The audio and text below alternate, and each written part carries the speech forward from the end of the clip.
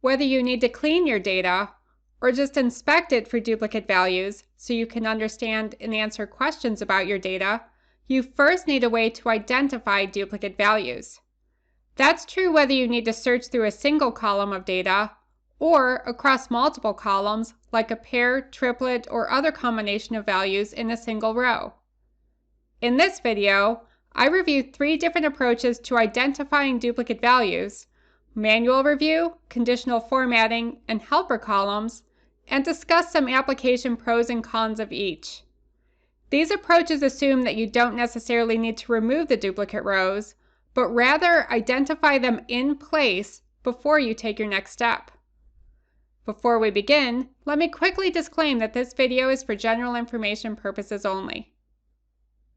You can manually review your data for duplicates by sorting and, as desired, filtering.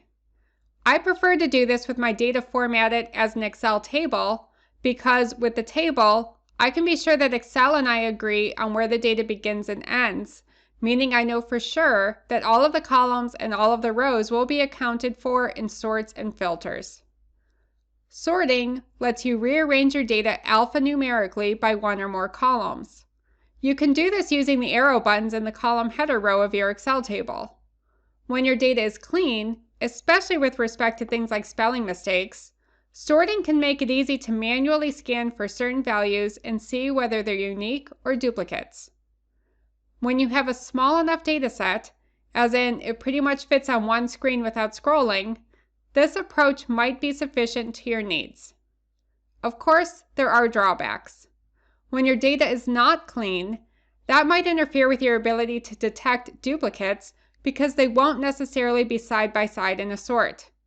And because this is a manual check, you might accidentally overlook a duplicate value, especially once your data set becomes large enough that you need to start scrolling. If you're looking for duplicates in a single column, you can sort by just that column. If you're looking for a combination of values across multiple columns, sort by each of those columns in order so that the values you're searching for are more likely to be grouped together. Alternate row formatting might make it easier for you to scan across a single row and check for values in multiple columns without losing track of which row of data you're looking at. Adding a filter to this process can help you mitigate against some of the drawbacks of sorting alone. A filter works by hiding rows of data that do not match certain criteria. Again, using the arrow button in the column header, the checklist of filter options might help you recognize when you need to be on the hunt for duplicates that are dirty. If you have a larger data set, the filter can also help you hide the rows of data you don't want to look at, making your effective data set smaller and more manageable. Be sure to clear your filters and double check your work, because filters will only display values that are still visible after other filters have been applied, and that can be misleading. Depending on how many columns you need to review for matches and how dirty your data is, you might need to iterate through the sort and filter process a number of times. Conditional formatting lets you set a rule under which certain cells will be formatted differently from the other cells in your data when certain conditions are met. Usually this formatting takes the form of highlighting the cells. It's a popular approach because it's relatively easy to set up and it doesn't require any additional helper columns to be created. The main drawback of this approach is that it's poor practice to use color alone as an indicator. On its own, it's not necessarily clear what a change in formatting is supposed to mean, which prevents it from being informational and poses accessibility concerns, particularly if you're sharing this workbook with someone else. For informational success and accessibility, you'd want to add a helper column that annotates with words as well as conditionally formats based on those words. It can also be the case that dirty data means that you have data that matches the intent of your criteria, but a misspelling or other issue means that the rule does not recognize that there's a match. To demonstrate how to use conditional formatting to identify duplicate data, I'll first take you through an example that looks for duplicates in a single column, and then give an example for how to modify the rule for a combination of values across multiple columns. To look for duplicates in a single column, Excel has a built-in function for this, which I'll quickly show you before showing you how to look for duplicates using your own formula. First, select the column of data you want to search through for duplicates. Then, under the Home tab of the ribbon, select Conditional Formatting, then highlight Cell Rules, then Duplicate Values. You'll keep the default setting to format cells that contain duplicate values, as opposed to unique, and select how you want to format the duplicates, such as yellow fill with dark yellow text. Select OK to set the rule, and the highlighting will be applied. To do this as a formula, you'd start by selecting the cells you want to apply formatting to when duplicates are found. Then, under the Home tab of the ribbon, select Conditional Formatting and then New Rule. In the New Formatting Rule pop-up window, tell Excel you want to use a formula. To do this on a Mac, select Classic from the Style drop-down, and from the next drop-down, select Use a Formula to determine which cells to format. To do this on Windows, select your rule type as Use a Formula to determine which cells to format. Next, customize how you want to format cells that meet your rule criteria. For this demo, I'll select yellow fill with dark yellow text. Now, in essence, detecting a duplicate value means that the value appears more than once in the search range. So you need to use a count, and the rule should apply whenever that count is greater than 1. For this demo, I'll look for duplicates in column R by entering the formula $COUNTIF, open parenthesis, $R, $2, colon, $R, $21, comma, R2, close parenthesis, the greater than sign, and the number 1. Note that I've used absolute references for the range I want to search through, but not for R2, the specific value I want to search for. This keeps the search range static while allowing Excel to change which value it's looking for as it moves down the list. So in row 2, it looks for R2 in the search range, and in row 3, it looks for R3 in the search range, and so on. Taken all together, Excel will only apply this yellow formatting if that specific value appears more than once in all of the selected column R values. Select OK to set the rule. You should see that all duplicate values in the selected range have been highlighted. If at any point you want to make changes to the rule, under the Home tab of the ribbon, select Conditional Formatting and then Manage Rules. If you don't see your rule listed here, change the drop-down for Show Formatting Rules For to This Worksheet. Select the rule you want to modify, and then either use the Applies To box to modify the range of cells to which you want to apply the conditional formatting rule, for this demo, the ones that will be colored yellow, or select Edit Rule to make changes to the formula or formatting options. To look for duplicates across multiple columns, you need a slightly different formula, one that lets you account for all of the columns you're searching through at the same time before it returns a count. In this case, you'll use COUNTIFs with an S. One of the benefits of using the formula method is that you can conditionally format cells that are not in your duplicate search range. To demonstrate, I'll start by selecting data values in column T as the cells I want to apply formatting to. Otherwise, as before, under the Home tab of the ribbon, select Conditional Formatting and then New Rule. In the New Formatting Rule pop-up window, tell Excel you want to use a formula.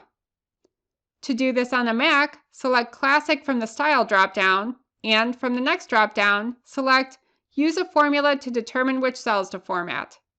To do this on Windows, select your rule type as Use a Formula to determine which cells to format. And now it's time to enter the formula that will detect duplicates across multiple columns of data. For this demo, I'll look for a combination of values in column S and column V, and only highlight cells when that pair of values appears together in more than one row of data. The formula for this is =sum open parenthesis, countifs, open parenthesis, S2, comma, $S, $2, colon, $S, $21, comma, V2, comma, $V, $2, colon, $V, $21, close parenthesis, greater than 1. Because countifs is an array function, it returns a list of zeros and ones for all of the rows in the search range, where a 1 indicates that that pair of values being searched for was found in that row. The sum tallies all of those zeros and ones together to get a final count. I'll format these results with light red fill with dark red text and select OK. You should see that cells have been highlighted in all rows that contain a duplicate pair of values. If you need to search through more than 2 columns, you can modify the countifs formula to include those other columns by adding another set of criteria and search range arguments. If you want to take a look at just the rows containing duplicate values, you can apply the filter by color to the fill color, font color, or cell icon you selected for your conditional formatting. A helper column is a column you add onto your data table to help you explore or analyze your data. It usually contains a formula, such as the ones we're using for detecting duplicates. The drawback of the helper column is that you're adding extra filled cells and a lot of calculations to your workbook, which can contribute to bloat and slow it down. To demonstrate how to use helper columns, I'll draw from the formulas we created for conditional formatting and assume that your data is formatted as an Excel table. When searching for duplicate values in a single column, you'll first add a column header directly to the right of your existing data table, which Excel should then automatically append to your table and format it accordingly. I'll call mine single call. In the first data row of the helper column, in this case row 2, use the countif formula. For this example, searching for duplicates in a column labeled call_r, my formula is $countif, open parenthesis, the call_r column of table demo, comma, this row's value in call_r, close parenthesis, the greater than sign, and the number 1. Once you've entered that formula and selected Enter on the keyboard, you should see Excel fill down that formula with each row now labeled with true or false. True indicates that the row contains a value that is duplicated somewhere else in call_r. If you'd like to examine those duplicates or unique values more closely, or quickly remove duplicates or unique values from your view, you can apply the filter to those helper column true and false values. If, instead of knowing whether these rows contain duplicate values, you'd like to know how many times the value in this row is duplicated in the search range, simply remove the greater than 1 portion of the formula. When searching for duplicate values in multiple columns, meaning a pair, triplet, or so on of data values in a single row, you have 2 options. The first is to add a helper column that concatenates all of those values together into a single cell, and then use a second helper column to search for duplicates in your first helper column. I'll call my first helper column squished and my second helper column multi-call. The formula in this first helper column, using my table reference and searching for a pair of values in column S and column V, would read this row's value in call S, the ampersand character, and this row's value in call V. You can use the concat function for this, but the ampersand character does the same work and I find it easier to use. Next, instead of searching through your raw table data, you'll search through the concatenated list using the countif formula. That is, countif, open parenthesis, the squished column of table demo, comma, this row's value in column squished, close parenthesis, the greater than sign, and the number 1. Each row is labeled with true or false, where true indicates that the row contains your duplicate pair of values. To search across even more columns, you would simply concatenate additional columns to the formula in helper column squished. The second option is to use a single helper column, which I'll call multicol2, with the COUNTIFs plural version of the formula instead of COUNTIF. As with the conditional formatting example, this lets you specify all of your criteria across all of the columns into a single function call. The formula for this is =sum, open parenthesis, COUNTIFs, open parenthesis, this row's value in col s, comma, the col s column of table demo, comma, this row's value in col v, comma, the col v column of table demo, close parenthesis, the greater than sign, and the number 1. Each row is labeled with true or false, where true indicates that the row contains your duplicate pair of values. To search across even more columns, you would add those search values and ranges as additional arguments in COUNTIFs. If you'd like to examine those duplicates or unique values more closely, or quickly remove duplicates or unique values from your view, you can apply the filter to those helper column true and false values. And as before, if you'd like to know how many times the value in this row is duplicated in the search range, rather than whether it simply contains a duplicate, simply remove the greater than 1 portion of the formula. Up to this point, we've been looking at examples that either indicate whether a row contains a duplicate or provides a count of how many times the value appears in the entire search range. What if, instead, you want to know, as of the current row, how many times this value has already appeared, so that duplicate values are not just identified, but also numbered in order of occurrence? What you need to do in this case, starting from the top row of the data and ending at the current row, is count how many times the value or values you're searching for have appeared. For this example, I'm using data that's been sorted chronologically by timestamp. First, add a helper column, which I'll name nth instance. Next, add the formula to search for duplicates with a little modification. To search for duplicates in a single column R, the formula would now read equals COUNTIF, open parenthesis, $R, $2, colon, $R2, comma, R2, close parenthesis. There are a couple of things to note here. First, even though I'm still specifying this formula inside of a table, I'm not using the table reference for the search range. I'm using cell references. Second, take note of how the search range has been specified as a mix of absolute and relative references, where the first cell is locked in. So the search always starts in the first row of data, but the end cell is relative. The formula is specified this way so that the search range will update based on which row it's on, rather than selecting the entire column of table data every time. And this is what allows Excel to determine which instance this item is in a list of duplicates, particularly when that list is ordered in a certain way, such as chronologically.